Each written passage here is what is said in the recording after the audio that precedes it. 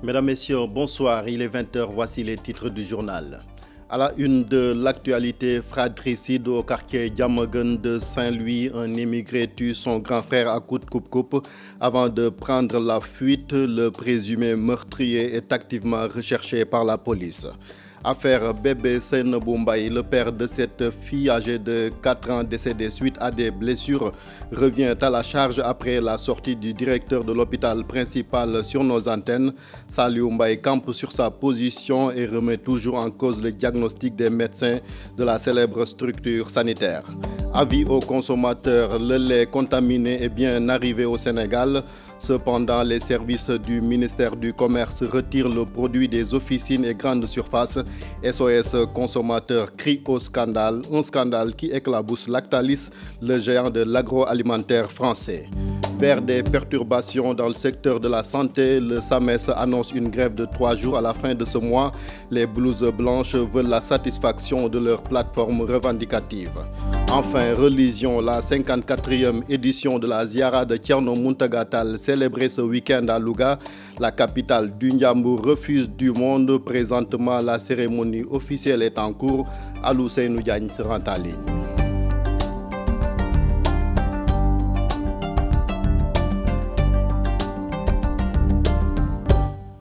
Bienvenue si vous venez de nous prendre en cours. Les habitants du quartier Diamaguène de Saint-Louis sont sous le choc après cette fratricide ce samedi. Un jeune homme émigré de son état a tué son grand frère âgé d'une cinquantaine d'années. L'arme du crime, un coupe-coupe.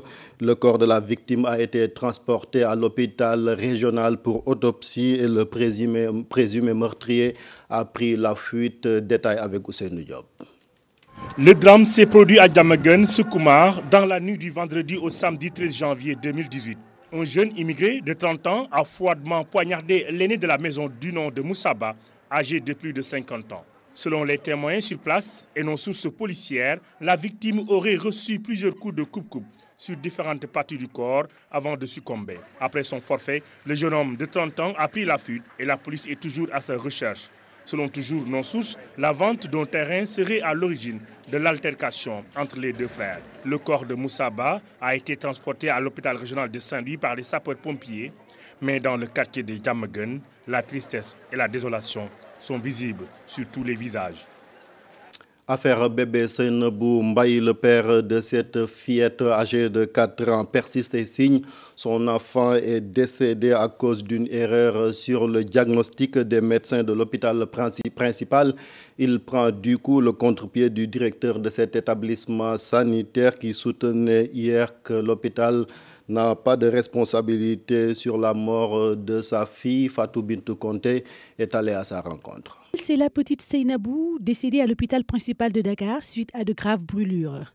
Le service de pédiatrie de ladite structure avait diagnostiqué une brûlure au 2e degré. Pour son père, il s'agit d'une brûlure au 3e degré et parle d'erreur sur le diagnostic médical. Seynabou a été victime d'une brûlure. Ses habits ont pris feu. Donc on l'a amené à la clinique de la famille le samedi 8 décembre vers 20h, entre 20h et 21h. Donc c'est au niveau de la clinique qu'on a fait les premiers soins. Le lendemain à 10h, on l'a amené à l'hôpital principal. On l'a amené au bloc vers 18h30 pour les premiers pansements. Donc c'est le samedi 9. Donc après les pansements, on l'a amené à la pédiatrie. On l'a mis dans une salle avec d'autres enfants. J'ai demandé pourquoi on ne l'isole pas. On m'a dit que ce n'est pas la peine de l'isoler. C'est pas grave. Donc par la suite, Seynabou est resté 10 jours à la pédiatrie. Second degré superficiel. Et ça, on l'a eu du docteur qui m'a posé des questions. Mais le docteur qui gère la pédiatrie, pendant 10 jours, elle ne nous a jamais rien dit. La gravité des brûlures avait d'ailleurs nécessité une évacuation médicale à l'étranger. Les parents ont fait des pieds et des mains, tapé à toutes les portes. Suite que professeur Wad, qui était en réanimation, qui était venu voir exprès Seynabou parce qu'il était en congé, nous a demandé de l'évacuer au Maroc ou en France.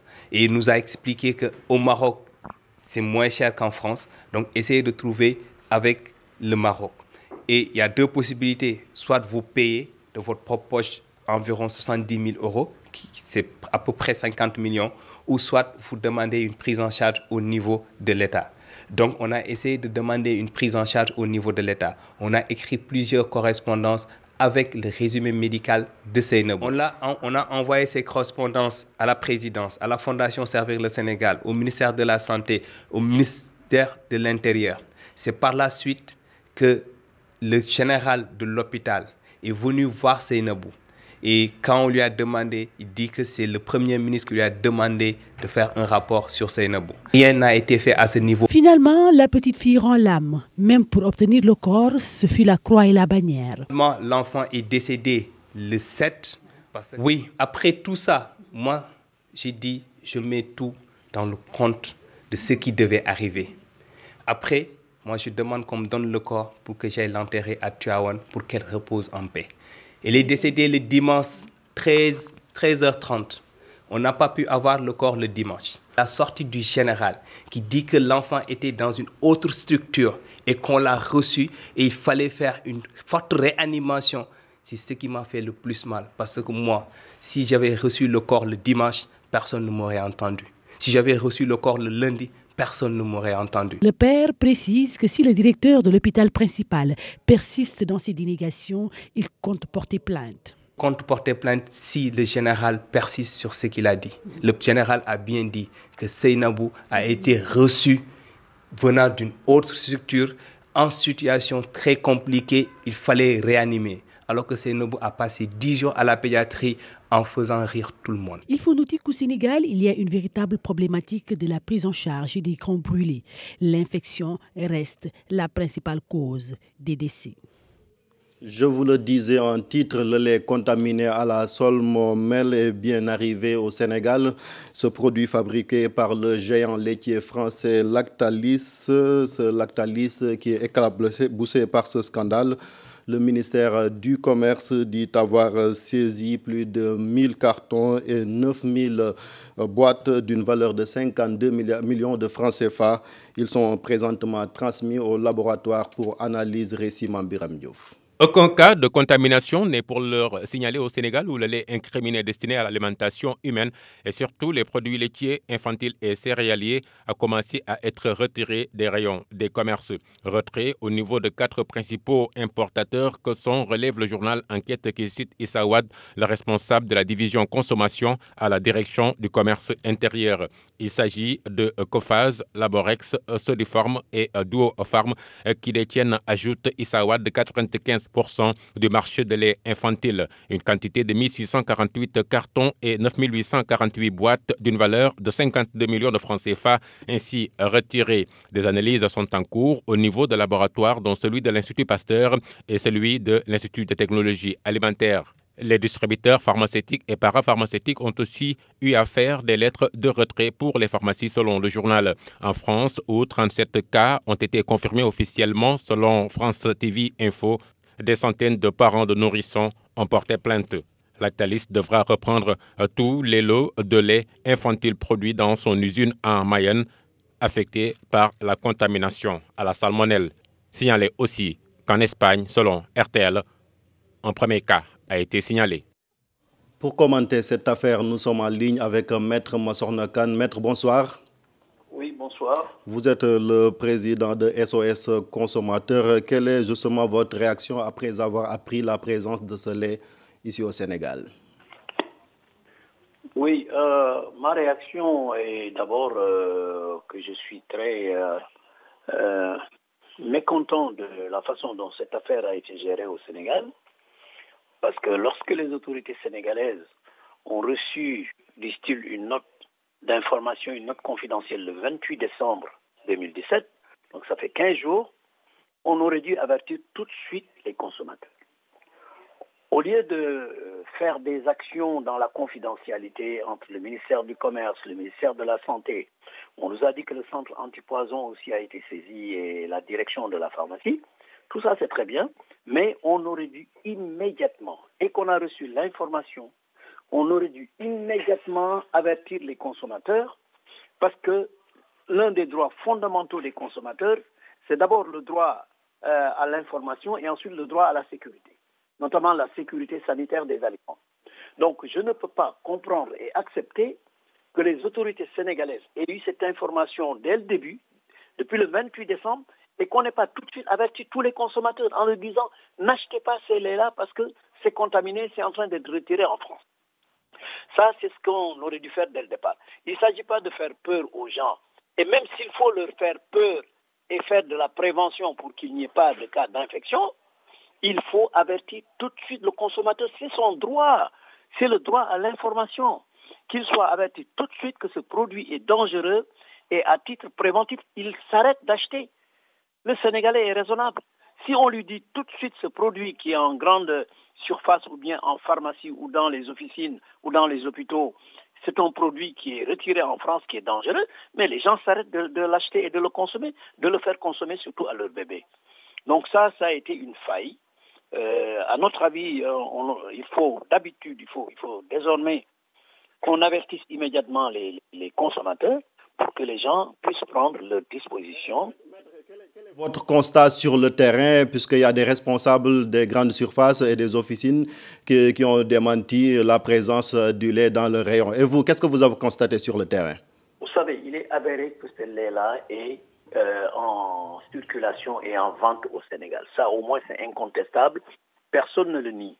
Maintenant, depuis le 28 décembre, les autorités ont dit qu'ils ont fait, aussi bien le ministère du Commerce que la direction de la pharmacie et je crois la direction générale de la santé, ont dit qu'on a retiré ces produits des rayons, des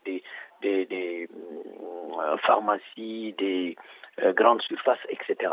Moi, je veux bien les croire. On nous a dit qu'on a envoyé aussi des produits au centre antipoison et que le centre antipoison a dans cette analyse, dans ces analyses, a constaté qu'il y avait le lait contaminé ici au Sénégal. Donc, dès l'instant où... Et d'ailleurs, nous voulons que ce rapport du centre antipoison soit publié. Nous avons le droit de savoir exactement ce qu'il y a. Mais moi, je parle pour l'avenir surtout. Quand il y a des problèmes de cette nature, on ne gère pas ce genre de problème dans la confidentialité. On a vu en France ou ailleurs, dès qu'il y a risque de contamination d'un produit, on avertit tout de suite les consommateurs. C'est leur droit d'être avertis. Merci. Qu'on nous avertisse et qu'on prenne nos dispositions, qu'on n'achète plus des produits soupçonnés ou contaminés. Merci beaucoup. Je vous remercie, Maître Massorna Kane. Je rappelle que vous êtes le président de SOS Consommateurs. Santé, le syndicat autonome des médecins du Sénégal va observer une grève de 3 jours à la fin de ce mois de janvier. Le SAMES exige du gouvernement la satisfaction de sa plateforme de revendication. Elle contient relativement le relèvement du plateau technique, mais également le paiement des dettes des hôpitaux et l'équité dans le traitement salarial au niveau des fonctionnaires de l'État. Il faisait face à la presse cet après-midi. Nous écoutons le secrétaire général du SAMES, il s'appelle Dr Bouli Diop, interrogé ici par Mambiram Diouf et Mardien. Première phase de ce plan d'action, c'est un boycott des activités, n'est-ce pas, de coordination, n'est-ce pas, pour ce qui concerne les activités du G50. Dans un second temps, comme vous le savez, nous sommes un syndicat affilié à la CNTS qui organise une marche le mardi 23 décembre. Donc le SAMES va s'organiser, n'est-ce pas, pour une participation effective à cette marche du 23 janvier pour lutter contre l'injustice et l'inéquité dans le traitement salarial au niveau, n'est-ce pas, des agents de l'administration. Au niveau du secteur santé, il y a ce qu'on appelle l'alliance des 2 SAU qui regroupe les syndicats du secteur de la santé. Maintenant, aujourd'hui, il faut sortir de ce secteur-là pour nouer d'autres alliances avec d'autres secteurs pour avoir une unité d'action. C'est dans ce cadre qu'avec le QSEMS, le SAMES a en tout cas lié cette alliance qui est dénommée Front National des travailleurs pour l'équité et la justice sociale dans le traitement salarial. Donc c'est la 4e activité qui est en tout cas citée par rapport à ce plan d'action. Et la 5e activité qui va correspondre à un arrêt de travail à l'expiration du préavis de grève qui sera un arrêt de travail de 112 heures sur l'étendue du territoire à partir du mardi 30 janvier 2018. Je pense qu'en 2014, le gouvernement en toute responsabilité a signé ces accords. Aujourd'hui, on lui demande de respecter et de matérialiser ces accords. Tivaouane Peulh, quelques mois après la démolition des maisons construites sur le littoral, les victimes se font de nouveau entendre. Elles réclament une indemnisation aux autorités locales. Nous écoutons Pape Khalil Gueye. Ils portent leur parole au micro de Ousseynou Thiam et Bira Diagne. Le dossier actuellement, le transfert a été fait. Donc actuellement, on demande au président de la République de diligenter encore les autorités locaux, donc pour que ces derniers fassent le plus rapidement possible, pour que cette population qui se trouve dans une situation atroce actuellement puisse revenir dans les droits. Même actuellement, nous avons constaté actuellement qu'il y a des gens même qui se trouvent même à l'hôpital parce qu'à cause du froid. Il paraît que d'autres ont été décédés parce qu'à cause du froid. Donc actuellement, nous vivons le calvaire actuellement ici au niveau de Tivaouane Peulh. La population pleure. Bien sûr que le président de la République, il a essayé de régler notre problème, mais jusqu'à présent, nous avons constaté une lenteur.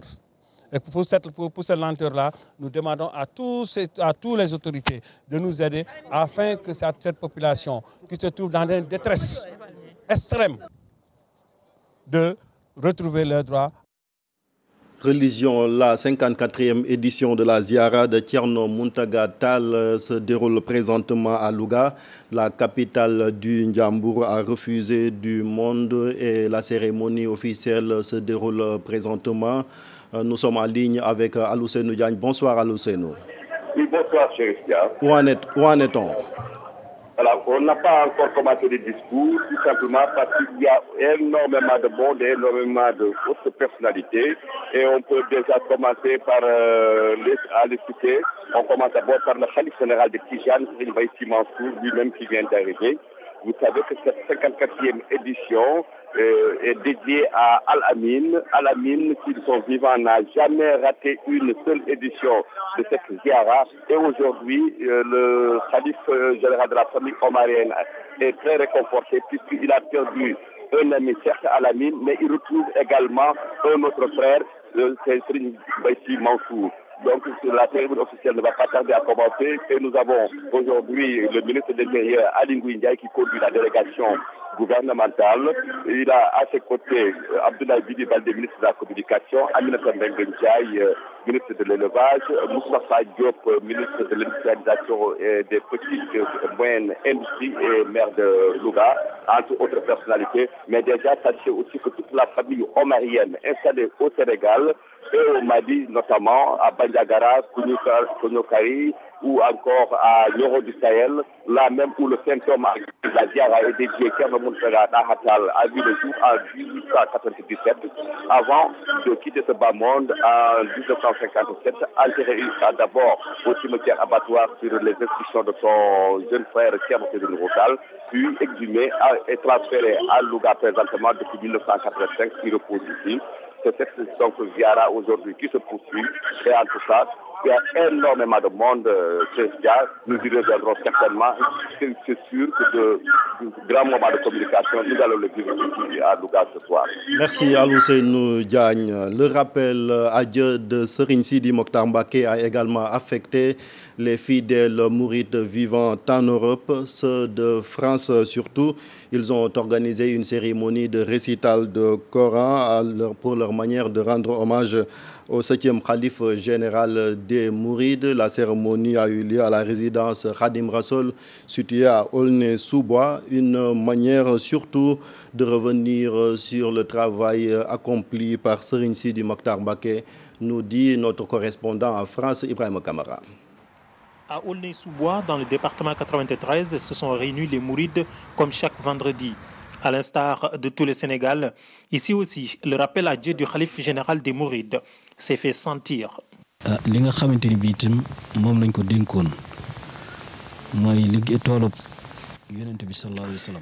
Il a marqué son temps et a bien vécu son règne. Durant tout son règne, il a été un unificateur et il a vraiment pris la voie d'un bon mouride.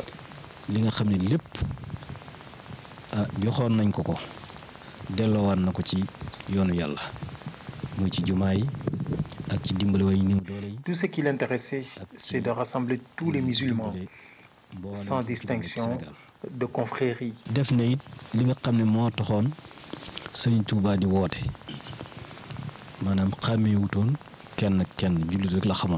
Le nouveau calife, estimé au plus haut niveau et apprécié à sa juste valeur.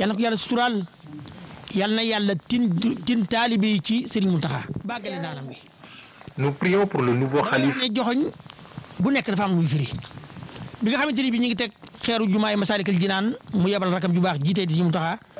Que le bon Dieu l'assiste à bien remplir sa nouvelle mission.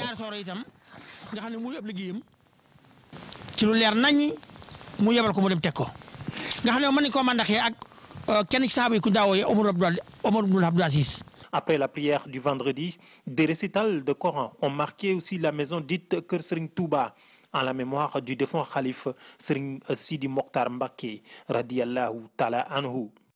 Ya Rahman ya Rahim Rabbi bima yasru lasana qad faja'a bijay afdali man lillahi qad laja Rabbi bima yasru lasana qad faja'a. Merci Ibrahim Kamara. L'œuvre de Cheikh Moussa Kamara, le savant de Ganguel, il a été visité ce matin lors d'un symposium et parmi ses enseignements, on peut citer la justice, la légalité, mais aussi la liberté. Sa famille a profité de l'occasion pour rappeler au chef de l'État sa promesse de construire un centre à Ganguel dans le Fouta pour la conservation des œuvres du Saint-Homme. Nous écoutons les éclairages de Abdou Malal Diop. Il est interrogé par Alassane Ba et Mohamed Dien. Mon intervention aujourd'hui tournait autour de Cheikh Moussa Kamara, réformiste. Et j'ai voulu montrer qu'à travers les œuvres de Cheikh Moussa Kamara, notamment à travers Al-Haqul Moubin,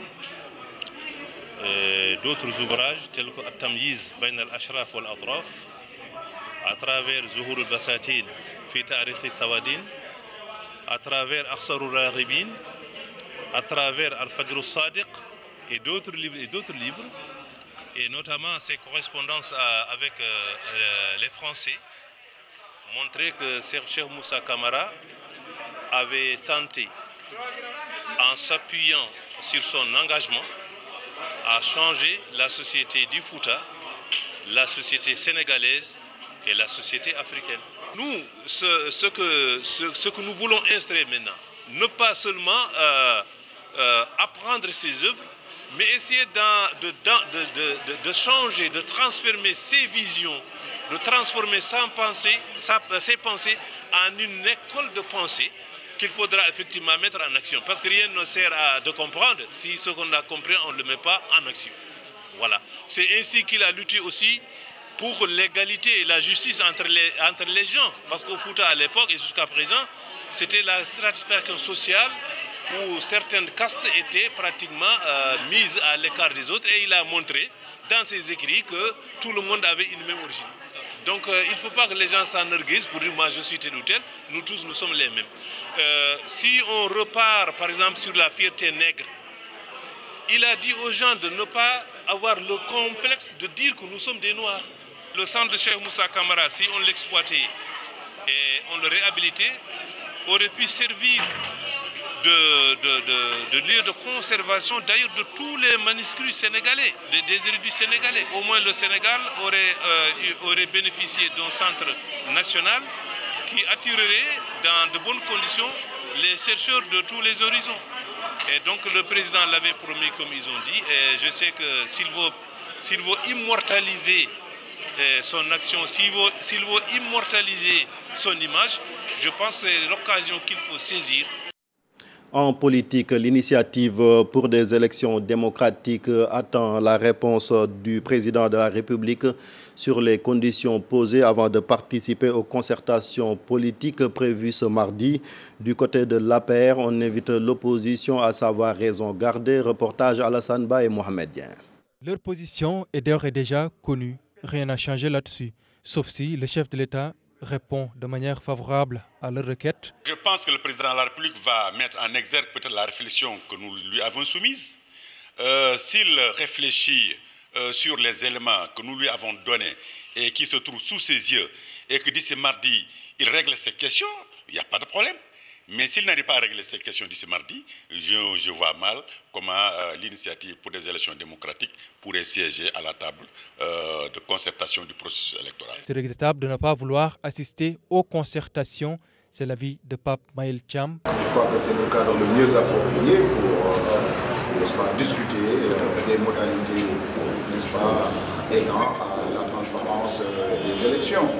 Je crois que le président de la République a voulu jouer le jeu de la transparence et de l'autonomie de ce cadre-là. C'est pour cela qu'il a nommé l'ambassadeur pour pouvoir... Des propositions condensées dans un document par l'Initiative pour des élections démocratiques et transmis à Macky Sall. Jusque-là, aucune réponse du chef de l'État. L'initiative attend tout de même recueilli Seydou Nourou Ba.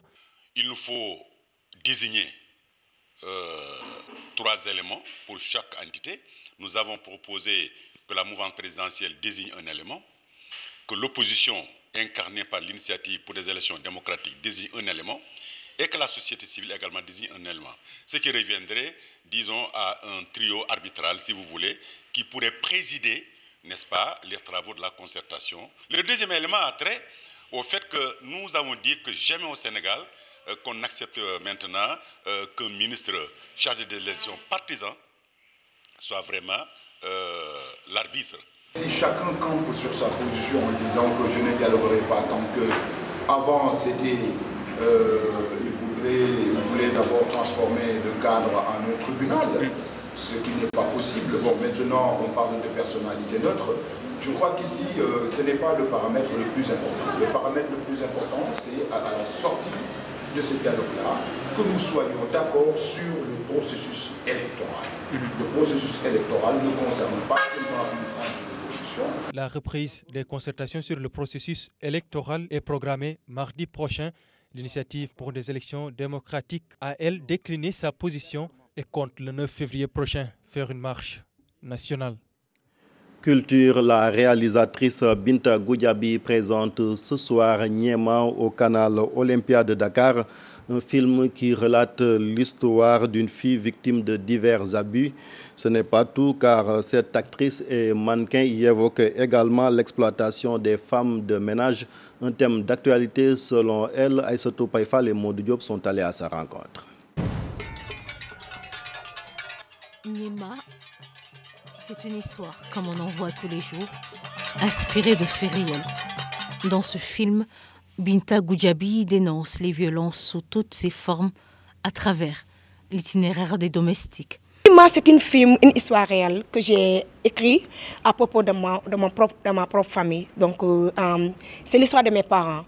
Niema, ça parle des femmes de ménage, la violation faite des femmes de ménage. Et donc, Niema, ça explique aussi l'ethnicisme. Tu ne vas pas le marier, ce n'est pas le même ethnie. Niema, ça explique le problème de ça. Et puis, Niema aussi, ça montre un frère qui est fier de ses sœurs et puis il les traite comme des reines. Niema, c'est aussi une histoire de famille. Notre grand frère qui a été Bakary Goudiaby, j'ai été sa préférée, mais malheureusement c'est moi qui ai été la première à le décevoir à cause d'une grossesse. Donc cette grossesse-là a été vraiment un fardeau, puisque le garçon qui m'a un peu mis dans cette condition-là a refusé la paternité de l'enfant. Et pour la réalisatrice, les belles et vraies histoires sont toujours racontées par des femmes. Les femmes sont tout le temps en caractère 24 heures sur 24 heures. Actuellement, tu es actrice là où tu me poses des questions. Parce qu'une femme, c'est elle qui appartient au cinéma. La femme explique des histoires du jour au nuit. Même tôt le matin, en se réveillant sur son lit, il a l'histoire. Donc, le cinéma, c'est pour les femmes. Miss Ziguinchor 1998, ambassadrice de bonne volonté pour la promotion de la verte Casamance, Binta Goudiaby continue son bonhomme de chemin. L'avant-première du film est prévue ce soir. Un nouvel ouvrage dans les bibliothèques, son titre La Brique. Il s'agit d'un précis de comptabilité du Cisco OHADA révisé. Le livre constitue une référence dans la comptabilité marquée cette année par cette nouvelle réforme intervenue au début de l'année 2019. Voici les éclairages d'un des auteurs du livre. Il s'appelle Professeur Chimerwad, interrogé par Cheikh Hassan Fall. C'est un ouvrage qui vient en son heure parce qu'il y a une réforme extrêmement importante qui est entrée en vigueur le 1er janvier 2018. Et cette réforme intègre quand même beaucoup de points où les comptables étaient en discussion depuis l'entrée en vigueur du SUSCOA le 1er janvier 1997. Aujourd'hui, le SUSCOA-DA, on va dire SUSCOA-DA dans la mesure où le SUSCOA a été abrogé, tient compte, converge plus vers les normes IFRS. Donc aujourd'hui, on a sorti cette œuvre pour essayer vraiment de corriger toutes les polémiques qui vont exister et qui sont en train de poser débat dans le cercle des comptables. Oui, on va dire que le SUSCOA-DA, c'est une révolution. C'est une révolution dans la mesure où, comme on l'a dit, on est dans un contexte de mondialisation de la comptabilité. Donc, a priori, c'est une réforme majeure, c'est une réforme qui vient en son heure. Mais comme on l'a dit, c'est une réforme aussi qui présente ses limites et nous pensons peut-être que les initiateurs vont aussi l'améliorer d'ici peu. Le reportage du jour nous mène à la plage de Ngor. Les activités commerciales tournent au ralenti en cette période de froid. Les commerçants dans le désarroi ne voient presque plus d'acheteurs. Les vendeurs de tickets d'accès à la plage sont obligés de se reconvertir en guide touristique. Reportage donc à la plage de Ngor, Habib Faye et Marien. À la plage de Ngor, ce n'est pas la grande affluence. De jeunes ex-vendeurs de tickets d'entrée se convertissent en guide touristique. La fraîcheur est passée par là, presque toutes les activités tournent au ralenti. Actuellement, nous travaillons avec les touristes. Nous les accompagnons pour faire le tour du village. C'est beaucoup mieux que vendre des tickets qui ne nous rapportent rien, franchement parlant. Des fois, on a fait tour de l'île, gagner 20 000, 30 000. Maintenant, nous avons une place. Pourtant, nous Nous préférons le froid. C'est la période durant laquelle les touristes viennent nombreux ici. Et nous gagnons beaucoup d'argent, contrairement à la période de chaleur. Vous savez, nous sommes à l'aise ici. Nous nous entraînons bien et la plage est propre. Pas de problème majeur durant cette période. En revanche, quand la chaleur s'installe, on note des agressions.